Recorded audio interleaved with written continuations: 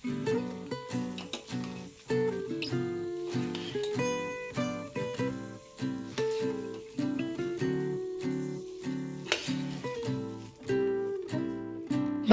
পোলাও বানানোর জন্য আমি 2 গ্লাস চাল নেব, গোবিন্দভোগ চাল, বেশ সুন্দর গন্ধযুক্ত গোবিন্দভোগ চাল।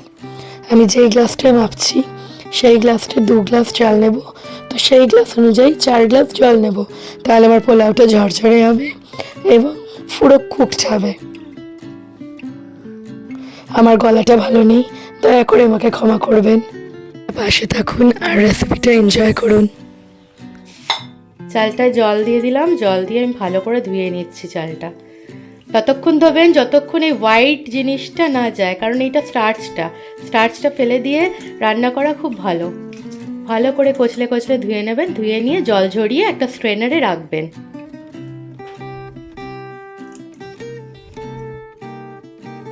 ভালো করে কচলে কচলে ধুয়েছি, কচলে কচলে ধুতে দেখছেন 5 বার ধোয়ার পরে জলটা কিন্তু নর্মাল হয়ে গেছে, আর মিল্কি হোয়াইট নেই, নর্মাল কালার এসে গেছে, এমনি হয়ে যাবে।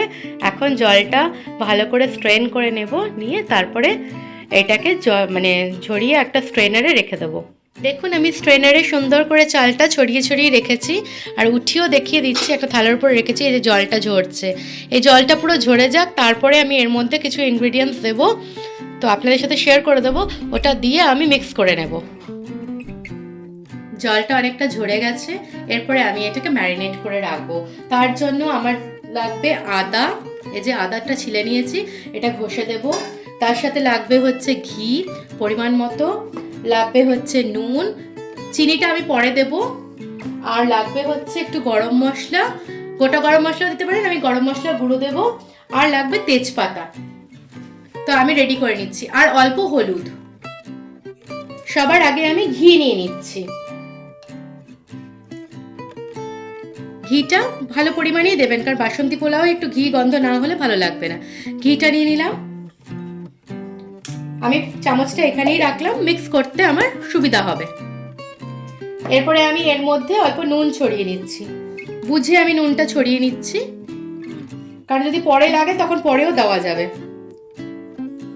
এর মধ্যে আমি হলুদ ছড়িয়ে নিচ্ছি, কারণ এই হলুদেই কালার হবে, আমি কোনো ফুড কালার ইউজ করব না।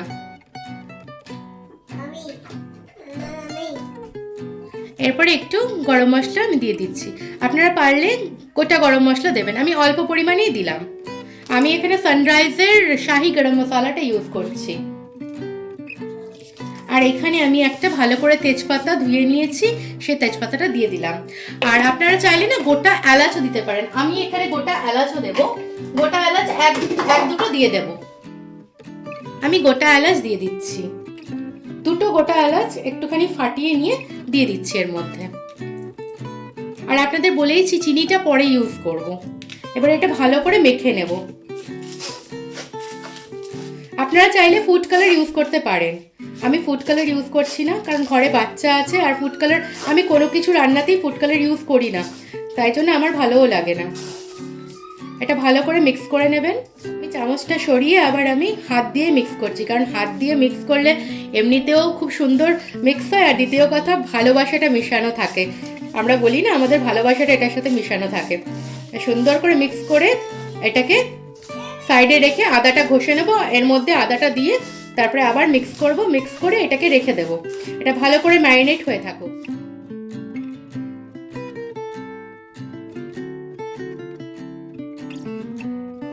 আর যখন বানাবো না, বেশি সময় লাগবে না এটা বানাতে, কারণ এইটা এমনিতেই 7 থেকে 10 মিনিটে বানানো হয়ে যায়, কারণ চালটা এমনি ধুয়ে নিচ্ছি, আর গোবিন্দভোগ চাল বুঝতেই পাচ্ছেন বেশিক্ষণ লাগে না কুক হতে।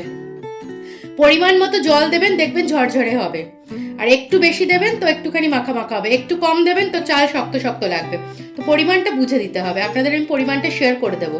আমি 2 গ্লাস, যেই গ্লাসটা 2 গ্লাস চাল নিয়েছি, সেই গ্লাসের ডাবল আমাকে জল দিতে হবে, মানে ধরুন 4 গ্লাস আমাকে দিতে হবে। 4 গ্লাসের একটু বেশি দিলে গলা হবে, 4 গ্লাসের একটু কম দিলে মানে চাল চাল লাগবে। এরপরে আমি এখানে আদাটা ঘষে দিয়ে দিচ্ছি। আদা একটু ভালো পরিমাণে দেবেন, যাতে আদার স্মেলটাও হয় আর সুন্দর লাগে খেতে।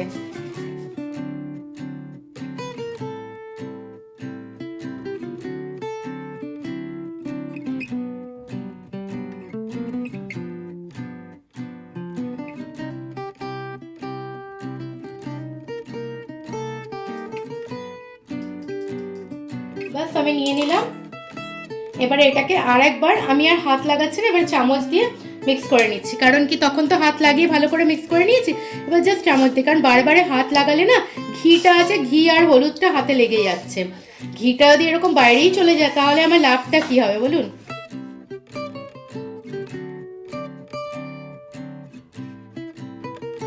চালিয়ে আমি ভাতের কন্টেনারটা বসিয়ে নিলাম। আর এই যে আমি যেটা রেডি করে রেখেছিলাম ম্যারিনেট করে, দেখুন ঝুরঝুরা হয়ে গেছে চালগুলো, দেখেছেন? এরপরে আমি স্টার্ট করছি প্রসিডিওরটা। তার আগে দেখিয়ে নিই, এই গ্লাসটা দিয়ে আমি চাল মেপেছিলাম, এই গ্লাসটা দিয়ে আমি জল মেপে ঢালবো।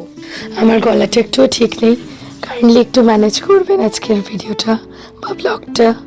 তো এখানে অল্প ঘি নিয়ে নিলাম।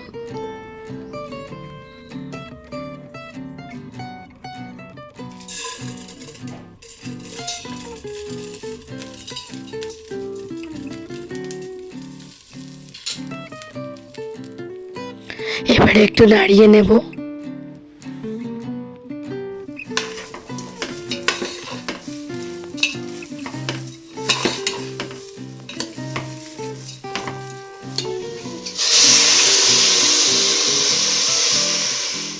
গ্যাসের ফ্লেমটা হাইয়ে রেখে একটা ঢাকনা দেব, অল্প একটু ফাঁকা করে রাখবো।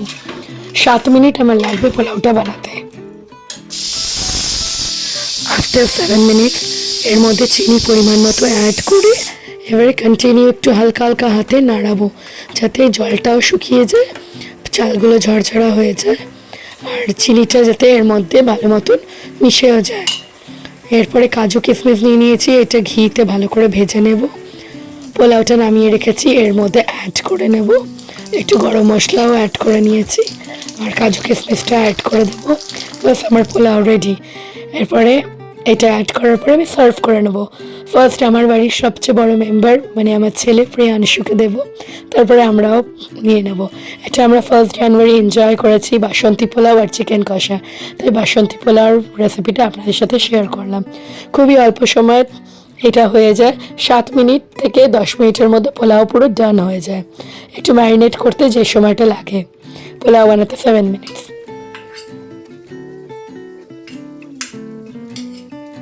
প্রিয়াংশুর লাঞ্চ বেড়ে নিচ্ছি।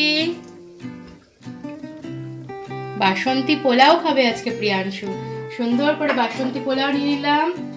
আর প্রিয়াংশুর হয়েছে আজকে চিকেনের ঝোল। এটা হচ্ছে আজকে প্রিয়াংশুর লাঞ্চ।